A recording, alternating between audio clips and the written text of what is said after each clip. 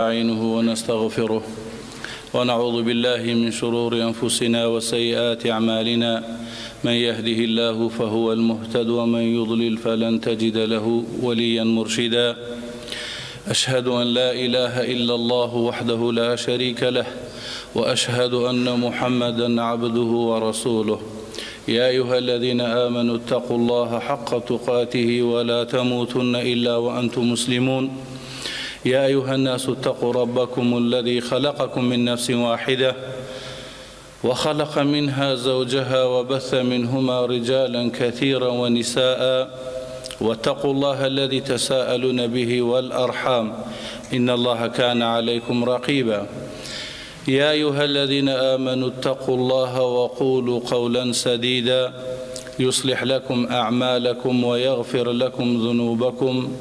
ومن يطع الله ورسوله فقد فاز فوزا عظيما أما بعد فإن أصدق الكلام كلام الله وخير الهدي هدي محمد صلى الله عليه وسلم وشر الأمور محدثاتها وكل محدثة بدعة وكل بدعة ضلالة وكل ضلالة في النار أما بعد مسلمانانی خۆشەویست میوانانی ماڵی خوای گەورە و میهرەبان شک و گومان نییە چیرۆکەکانی قورئان ئەوانەی کە عەقڵیان هەبێت زۆر ئیسفادەی لێ ئەکەن ئەوەی تەقوای هەبێت تەقواکەی زۆر زیاد ئەکات ئەوەی ئیمانی بەتەو بێ یەقینی بۆ دروست ئەبێ وتلك الأمثال نضربها للناس خوای گەورە و میهرەبان فەرمی ئەو نمونانە بۆ خەڵکی ئەهێنینەوە بۆ ئەوەی ئیسفادەی لێ بکەن بۆ ئەوەی خوای پەروەردگار ما كان حديثا يفترى ئەو قورئانی داگردووە بۆ ئەوە نییە بەس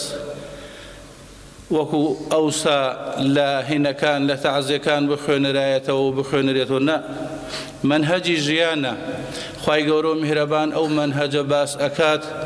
بۆ ئەوەی ئێمە ئیشی پێ بکەین ئەو ئەحداسانی کەوە لە ڕابردوودا ڕوویداوە خوای گەورە ئەیهێنێتەوە بۆمان ئەفەرمێت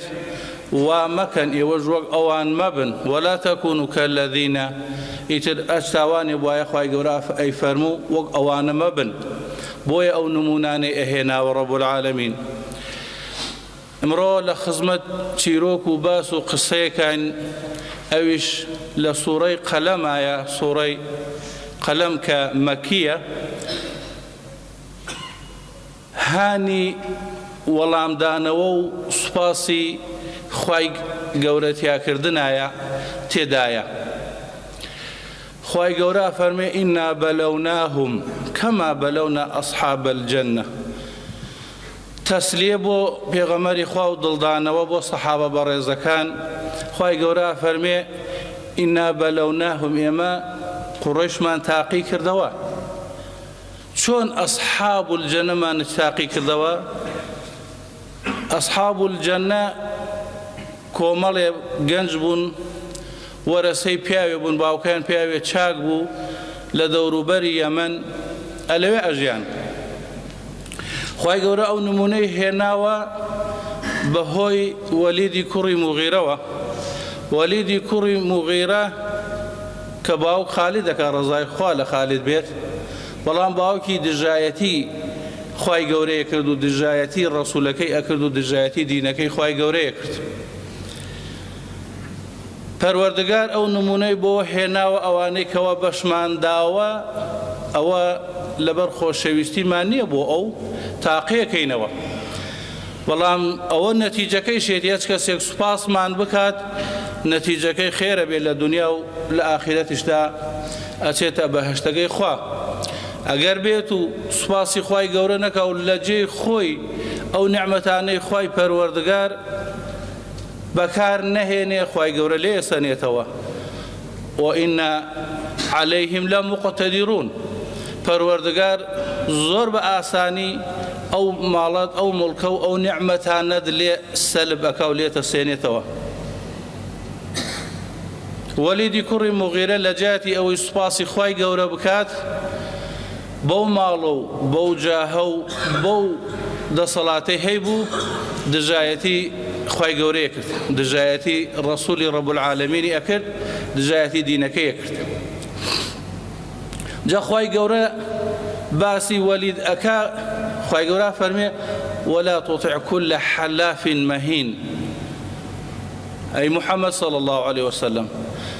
تو إطاعوا جورالي وكسانة مكة اهتماميان مدري حسابيان بو مكة كوا حلافا زور سوين أخول جا علماء فرمن أما شويكي منبوزي باسي يا رب العالمين يعني كسيكي سوين خور براي بيمك إنساني رازو واسق لأخوي إجابناك سوين بخوا قصيك فكوار رازقويا إجابناك سوين بخوات بەڵام ئەوەی کەوا درۆزنە پەرژینی قایم بێ خۆی زانێ درۆکە ناچار سوێنەخوا بە سوێن با بڵێن دەوخت ئەکە خوای گەورە فەرمێ ئیطاعی ئەوانە مەکە کە ئەوە سیفاتەکانە حەلاف مەهین هەماز مەشاء هەماز تانە و تەشەر لەو دەرەکە و عیب لەمەکە دەرەکە ئیشی ئەوەیە مەشاء بنەمیم فتنەیەکە لە بین خەڵکێ لە بین لەگەڵ ئەوە وەسێ ئەو ڕۆی خوا مەزەلامە ئەو تێ جا ئەوەی کەوا ئەو ترێ من نەمەلەک نەمە عەلەیک ئەوەی کەوا فتنەیت بۆ بکات دڵنیا بە قسەکان توش چی عیب و عارت هەیە هین خۆت ماڵ و مناڵت بێتە ماڵەکەت چایە بخوات هەر عیبێ عاربینێ ڕۆ ناو خەڵکە باسێکە کورە لێ ماڵەکەشی وایە جا خوای گەورە فەرمیوە سیفاتی ئەوانەیە تۆ اهتمامیان پێ مەدە دوایکەوە لە دوای ئەم قسەیەی کە سیفاتەکانی وەلیدی کوڕی موغیرە باسەکە ڕەب العالەمینە فەرمێ هەموو قوڕیشیش ئینا بەلەوناهم ئێمە قوڕیشمان تاقی کردەوە چونکە قوڕیش زۆر ڕێزی لێیانە پەروەردگار يعني لسورة إلافة خواهي قراء فليعبدوا رب هذا البيت الذي أطعمهم من جوع وآمنوا من خوف لبرسيتي تيرياني كرد ولا ترسيتيش أمين يعني كرد خواهي قراء فرمي تاقيان مان كردوا وكو شون أصحاب الجنة تشيروكا كيان أويا لا أضروم منطقەیەک بووە لە دەوروبەری یەمەن ئەوان باوکی ساڵحیان هەبوو بێستانێکی چاکی هەبوو بەش فەقیر و هەژاری لێدە کاتێک ئەڕۆیشتە سەر بێستانەکە و ئەو شتانی ئەچنیەوە ئاگداری فەقیر و هەژارەکانی ئەکردەوە ئەی فەرموو بێن بەش خۆتان بدەنەوە بەش خۆتان ببن حەقی خۆتانە ئەوە دەستی ناخستە ڕووی کەسەوە ئەو پیاوە وەفاتی کرد و ڕۆی زوڕێتەکەی وتیان باوکمان ئەحمەقە پەرژینی قایم بێ خۆیان لەو سیفەتەوە نێزکتر بوون کەوا دایەنە پاڵ باوکیان وتیان باوکمان نەزان بوو ئەمە چی ئەیکە خۆ ئەوەی باوکیان ئەی کرد ساڵ بە ساڵ زیاد چی ئەکرد ئەمان وتیان نە ئیذ ئەقسەموا لەیەصرمونەها مصبحین سوێنیان خوار شەو وتیان بەیانی ئەچین ئەقسەموا لەبین خۆیانە موامەرێکیان دروست کرد سوێنیان خواردکەوە بەیانی ئەڕۆن لەیەصرمونەها یعنی هەرچی تێدایە هەمووی ئەڕنین و ئەیکەینەوە لە بنا دەری ئەەکەین یعنی ئەو میوە جارانی تێدایە فانطلقوا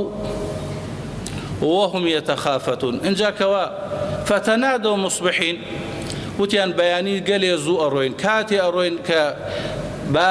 أن لا يدخلنها عليكم اليوم مسكين با امرو فقير وهجار با خمان شي بسريانو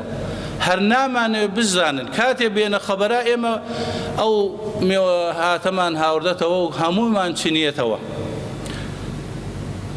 جاء بيانيان بانيان ليكتر بأسباب وهم يتخافتون وكوتنا الرئ لبين خوينا بأسباب قصة كان أما أو مؤامرة خويان كردوا بتماي أوان بياني كاتي فقير وهجار هالسي أوان هيش يعني يشتتوا لا بيستانا كيان فطاف عليها من ربك عليها فطاف عليها طائف من ربك علماء اللغة العربية الآن طافا بشو أبيض إلا يعني سران وقران وبناوة طاف في المدينة غالبا بشو أبيت مفسرين فرمن طافا يعني درد يبو يعني بلايك ولا يخوي جورا ناردي بناو داركيان طافا يعني بناو حمو بيستانكيا سرايا اوان كوا خطي خويان دانا ولي خوتن بلام رب العالمين ناخوي واقايليتي اوان انوي عبادي خوي جورا محروم كان بلام خوي جورا مهربان خوياني محروم كرد وكلنا تشيروكا يا باسيكين فطاف عليها طائف من ربك وهم نائمون اوان لي خوتن بو نية خرابوا جاء انسان كبخوي دائما نيته جوان بهينيت نيته اوبي استفاده بخوتو خانوادكتو هاوسيو هاوريت بيني لسر او نيته چاكت پروردگار سپاست اكا سپاس نكا وكو ايما يعني في خوشو بعداشي چاكت اداتو نكا نيته اوبي چون والله فلان كاس دينوشي هي دينوكيم ببريا يعني لبندرم كردايا أوانا نيتي عن خراب ونيتي عن أبو عبادي خوي جورا محروم كان لو حصيا بلان پروردگار خوياني محروم كرت آخر هني علماء مفسرين فرمن جبريل وبناو بيستانكيانا لمسروا فأصبحت كالصريم وكو غلوظ لهذا غلوظ صريم علماء فرمن يعني وكو شو تعريك شو آوائليات بيستانكيانا هني أفرمنا غلوظ جا هني مواد هي غلوظة زور راشترا رمادنا رماد توزي خولا كوية توزي كويتي ده بلام غلوظ رش زور بيستانكي أوانيش وغلوظ لهات كاتك جيشنا ديار بيستانك وكان إنا لضالون أما بيستانك يمنية كيوه با ئێمەش ئێوارە جێمانێش بابە دوێنێکە جێمانێژان ئەو کاتی جێمانێشتا هەر پڕی لە مێوە هات گڵای سەوز و جوان ئەمە بوای لێ هات ئەمە ڕێگەی ئێمە نییە قال ئەوسەطهم بەڵێ ئەوسەطهم نەکا لە عومرا بێ سیان لەو گەورەتر بێ و سیان لە مناڵتر بێ ئەوسەط دائما ئەوەیەکەوە معتەدلە خوای گەورە مهرەبان لە تۆی ئەوێ معتەدل بی لە دیانەتکردن تا لهمو شتێکە معتەدل بە وكذلك جعلناكم أمة وسطا إما أمتكين معتدل نزياد رو نكم رو چونکە هەم زیاد ڕۆ واز لە دین تێرێ هەم کەسێک ئەگە دینداری بکە بەتونی بیکە فترێک پێغەمبەر صلی الله عليه وسلم فەرمێ إن هذا الأمر يسر ئەم دینە ئێمە ئاسان و خۆشە شەریک بۆ خۆی گەورە قەرار مەدە شوێن ئەو بەڕێزە بکەوە کە محەممەدە صلی الله عليه وسلم ئەچیتە بەهەشتەکەی خۆی گەورە تەکلیفی زۆری نەکردووە وەک پیرێژنێ بە مناڵەکەی لێ کوڕ مەزانی جەنەت بەلاشە و جەهەنەم بە پارەیە ئەلێ چۆن نەنا ئەلێ ڕۆی زیناکەی بێ پارە بدەی ئەڕۆی مەشروبە خۆی عەرەقە خۆی خەمر ئەخۆی بێ پارە بدەی ئەبێ ئەڕۆی دزیەکەی ئەبێ کۆمەڵێ مەسروفات بکەی هەتاکو ئەوت بۆ ڕێگەکەوێ ئەوەی ئەچیەکەکەی بە پارەیە جەهەنم بە پارەی خۆت ئەیکڕی بەڵام بەهەشت بە بەلاشە نوێژەکەی کەس پارە لێ ناسەنێ ڕۆژ و ئەگری پارە لێ ناسەنرێ ئەڕۆی بۆ حەج و عومرە خۆی لە ئەسڵدا پارەی نەبوو ئێستاگە بە بۆنەی ئەم مەسائلی حدود و خزمەتگوزاری ئەوانەوەتەوە ئیلا حەجش پارەیتیانی هەموو ئەرکانەکان ئیسلام و ئیمان بەلاشە عیبادەت خی گەورە بکە خی گەورە لێتی قوبوڵەکە کاتێک گەیشتە دیار ئەو تاریکستانیە وتیان ئیننا لەضالون نەوەڵاوتیان بەل نەحن محرومون ئەوسەتەکەیان کەوا وتمان کە قال ئەلەم ئەقل لەکم لەو تسبحون پێتانم نەوت سبحان الله بکەن لەمە باشترە پێتانم نەوت حەقی خی گەورە بدەن لەمە باشترە اونجاکە وتیان ئینە لە مەحرومن وڵای ئێمە مەحرومین ئێمە ئەو خوتەی داماننا بەسەر خۆمان ئەشکایەوە جا هەچ کەسێ خی گەورە مهرەبان دەرگای خێری لێ کردەوە ئەبێ سوپاس خی گەورە بکەی کارێوا مەکە کە خی گەورە لێتی بسەنێتەوە لێتە سەنێتەوە ئیتر کارێ بکەی خی گەورە تووڕە بکەی ڕەب العالەمین قەت هیچی لە پیر ناچێ و هیچی لەسەر عەبر نابێ و فەوت نابێ. پێغەمبەر صلی الله علیه وسلم فەرمێ کاتێک کە هەچ کەسێکیش بکاتە بەهەشتەوە ئەو کابرایە ئەزانێ کۆمەڵێ تاوانی کەس باسی نەکردووە پێشەوەی بچێتە بەهەشتەوە دەنەبان شانی ئاوا ڕوحیشی پێ نییە لە حەیبەتە هەلێ کۆمەڵ تاوانم هەیە. خوای گەورە میهرەبان مەلایکەیەکی بۆ نێرێ کاتێ پێش ئەوەی بچێتە بەهەشتەوە دەنەبان شانێ ڕێ خوای گەورە میهرەبان ئاگای لەو تاوانانت هەیە بەڵام تۆ لە دنیا داوای لێبوردنت کرد و داوای ستر خۆت ستر کرد و داوای لێ خۆشبوونت کرد لە ڕەب العالەمین سترتی کردە و ئیلا لە بیرمان نەچووەتەوە خوای گەورە لە بیری نەچووەتەوە. بۆیە ئەو چیرۆکانی کە لە قورئانە هەیە ئێمە با ئیسفادەی لێ بکەین. ئەوانەی کەوا ئیماندارن ئیسفاداکەن لە چیرۆکەکانی خوای گەورە کە خوای گەورە لە خۆڕای باسی ئەم ئەصحاب الجەنە بۆ ئێمە بۆ وەکات. ختمی چیرۆکەکە خوای گەورە فەرمێ کەذالک العذاب ولعذاب الآخرة أكبر. ئەوە عەذابی دنیایە ئەوانەیش هەیە کەسانێک هەیە خوای گەورە لە دنیای عەذابیان نادا بەڵام ئەوەی ئاخرەت گەلێ قورسترە زۆر قورسترە. خوای پەروەردگار وەکمان هیچ ئیچی لەبیر ناچێ ئەو عەذاب و سزای خوای گەورەیە بۆ ئەو کەسانەی کەوا شکری نیعمەتەکانی خوای گەورە ناکەن. بۆی باشیش بزانین دینی ئیسلام دینی هەر لە سەرەتاوە ئەم سوورەتە مەکیە لەو کاتەوە خوای گەورە هانی پێغەمبەرەکەی داوە صلی الله علیه وسلم و سەحابەکان یعنی دینەکەمان دینی بەخشین و کەڕەم و لەخۆ بوردنە ببەخشە لە ماڵەکەت تۆ شتێکم بدە ڕەب العالەمین بەهەشتێکت پێ ئەدات. وەک پێغەمبەر صلی الله علیه وسلم فەرمووی لا تدخلون الجنة بأعمالكم ئێوە ناچنە بەهەشتەوە بەعەمەلەکەتان. خوای گەورە لە قورئانیشدا دەفەرمێ ادخلوا الجنة بما كنتم تعملون. علەما فەرمون ئەم دووبایە چییە؟ بای حەدیسەکە یعنی بۆ پێغەمبەر صلی الله علیه وسلم فەرمێ لا تدخلون الجنة بأعمالكم وخواي قرأ فرمي ادخلوا الجنة بما كنتم تعملون. ألين عمل كمان لحديثك باك باي ثمانية يعني باي أو جنتي كوابيتا نمدا وخواي قرأ إذا عملكتان باي أو النية. خواي قرأ فرمي لباكي آياتك بما كنتم تعملون يعني بهوكار بسبب عملكتان باكي أي باي سببية وباي أما باي ثمانية. ئێمە لە خوای گەورە پاڕێنەوە سوپاسی ئەەکەین بۆ نیعمەتانەی کە بەسەرمانە ڕشتوێتی زۆر سوپاس بۆ خوای گەورە وەکو لە ئەسەر هاتووە عەدەدە خەڵقیهی چی مەخلوقات ئەوەنە ئێمە سوپاس خوای گەورە ئەەکەین هەرچی نیعمەتێکیش هەیە ملکی ڕەب العالەمینە وحده لا شەریکە لەه. ئەو عەقیدەمان وا دامەزراوە تاکو گەینە حضور و لقای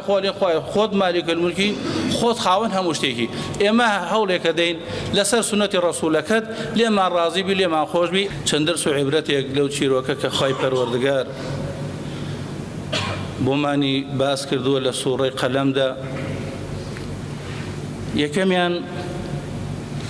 ئەگەر پەروەردگار لەو ئەن الله ئەخەر العقاب إلى يوم القيامة فقط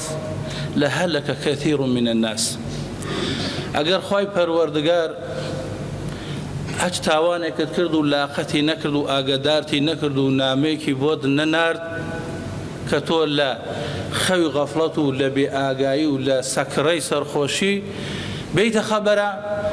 ئەوە خەڵکێ زۆر زۆر زۆر بەرەو جەهەنەمەکەی خوای گەوراوە. بەڵام پەروەردگار بە لوتفی خۆی بە ڕەحمەتی خۆی ئاگادارت ئەکاتەوە. بزانە ئەو کۆمەڵە ئاگادار بوونەوە خوای گەورە فەرمێ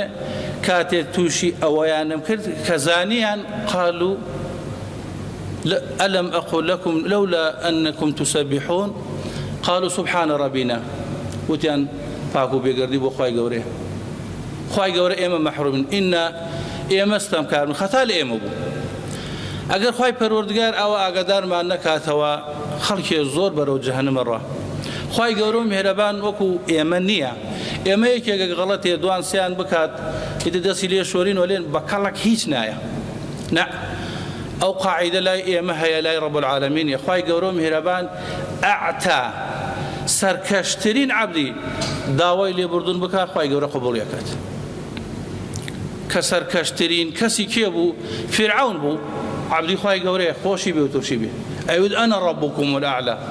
خوای گەورە میهرەبان دوو پێغەمەری بەڕێز لە بەنی ئیسرائیل ئەنێرێ موسا و هارونی برای سەڵات و سەلامی خوایان لێبێ بڕۆن لەگەڵ فیرعەونا قسە بکەن بەڵام بە نەرمونیانی بە دعوەکەی ئێوە نەبێتە مای ئەوەی ئەو سەرکەشتر بێ چەنێ بە نەرمونیانی فایدەی نەکرد جا پەروەردگارمان بە ڕەحمە با ئێمە کەشتێ وا ئەبیستیت ئەبینیت ئەی خوێنیتەوە حسابە سەرێ بە خۆتا چاوێ بە خۆتا گردە غەڵەتێکت هەیە تاوانێکت هەیە قورسە داوای لێبوردن بکە لە خوای گەورە بڵێ خوایە داوای لێبوردن لێکم پاک و بێگەردی بۆ تۆوە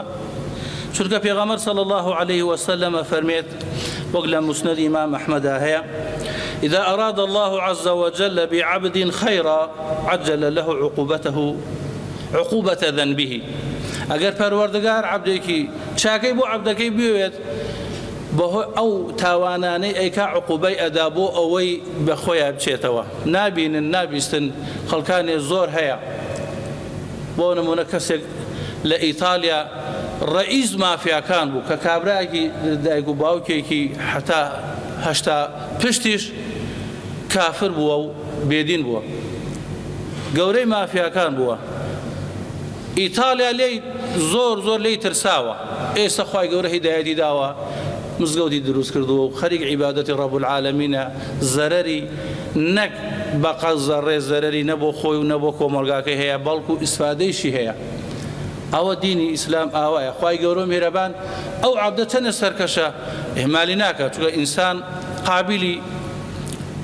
تەوبەی هەیە ئەسڵەن خوای گەورە لەسەر فیتڕە ئێمەی دروست کردووە ئەی لەسەر ئیسلام ئەشگەر قابل ئەوەمان هەیە بە ئیسلامی بگەڕێنەوە بۆ لای ڕەب العالەمین جل جلاله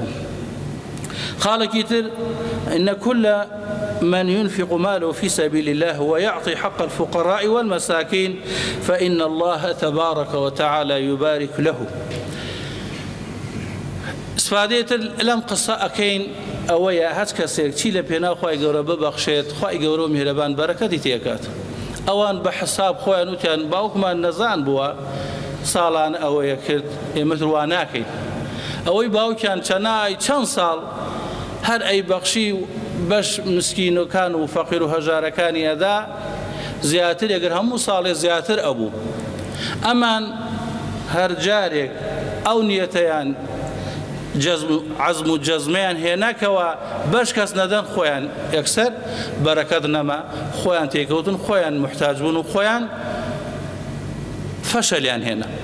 بۆیە هیچ مەترسە ئەوەی کەوای بەخشی لە پێناو خوای گەورە وەلا تەخشە من ذي العرش إقلالا قد مەڵێ ئەوە بۆ خوای گەورە بدەم واللهی خوای پەروەردگار هەر شتێک لە پێناو ئەوە بکرێت ئیلا خوای گەورە تاویز ئەکا و جێگەی پڕەکاتەوە هات فکر مەگەڕ بڵێ ئەوە نەمسەرە کولەوە ئەو حساب و کتابە مەکە وەکو ابن مەسعود فەرمووی چاکەکانتان ئێوە خراپەکانتان بژمێرن ئینسان خراپەکانی بژمێرێ باشترە وەک لە چاکەکانی چاکان و فەرمووی زەمانەتانەکەم ڕەب العالەمین زەڕێکی گوم ناکە ئێوە مەقەیەتی خراپەکانتان ئیحساب بکەن و بژمێرن پەروەردگار زۆر دەوڵەمەندە و زۆر میهرەبانە هەرچەندێک لە پێناو ئەوە ئیش بگەی خوای گەورە هەموو دنیات بۆ تەخەتەکە بەهەشت بۆ ڕێک ئەخات خاڵی سێیەم وإن كل أمة تمنع الصدقة والزكاة وكل غني يبخل بأمواله عن الفقراء هج أمتك ألم تشيروا كذا أو إسفادة أكين أو شيء رزيلي أكا هج أمتي به هج شخصي به هج كوملقاي به هج دولة مني به رزيلي بكات رب العالمين وماري لي أسنيته لي أسنيته بوشي ويكوا خوي إعزانيت چۆن دایەتی پێت بە فترەی ڕنگ بە شەیتان بڵێ بابە تو ئازایەتی خۆتە وەک ئیمام ابن القەیمە فەرمێ سێ کەلیمە سێ تاخم کەسی ماڵوێران کرد ئەنا لی وعندی شەیتان ئەوت ئەنا زۆر معجب و بەخۆی ئەنا خەیڕ منه من چاکترم لەوە دروست کرد لە قوڕ ئەوە بووە ماڵوێرانی بووی فرعون شوید لی همه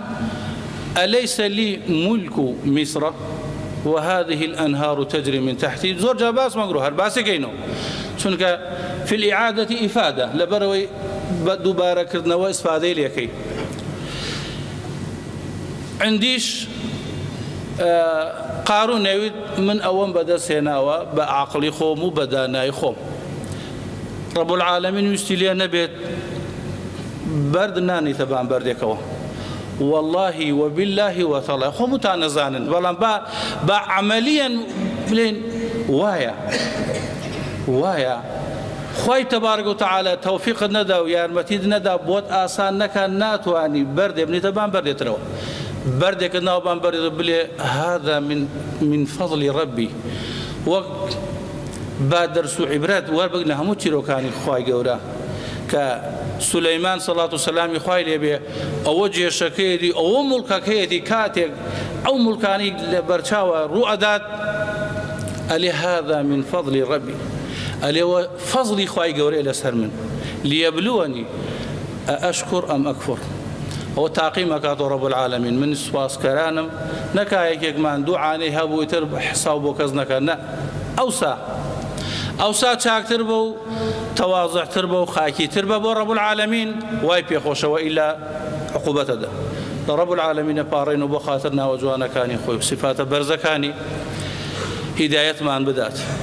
بولاي أو رجاي كخوي بيخوشك شون كوتني محمد صلى الله عليه وسلم يا ربي خوي قربو خاطر اسمي عظمي خوت رحم لمردو كان من بكي أواني لبيشمان رحم لدايك وباو كان ما بكي لبيشمان شون بولاي تو خوي بو خاطر أو ناوجوانا ندو صفات برزانت ولا كمان أودان كيتوا خوي قربو خاطر اسمي عظمي خوت شفاين خوش كان من بدي خوشي من في ببخشي أو نعمتاند فيما بخشي ويارمتي ما بدي كسباصت بكين وبلين ملكي تويا إيمج واسر في بكين كوا توبيا خوش أخوي جورا.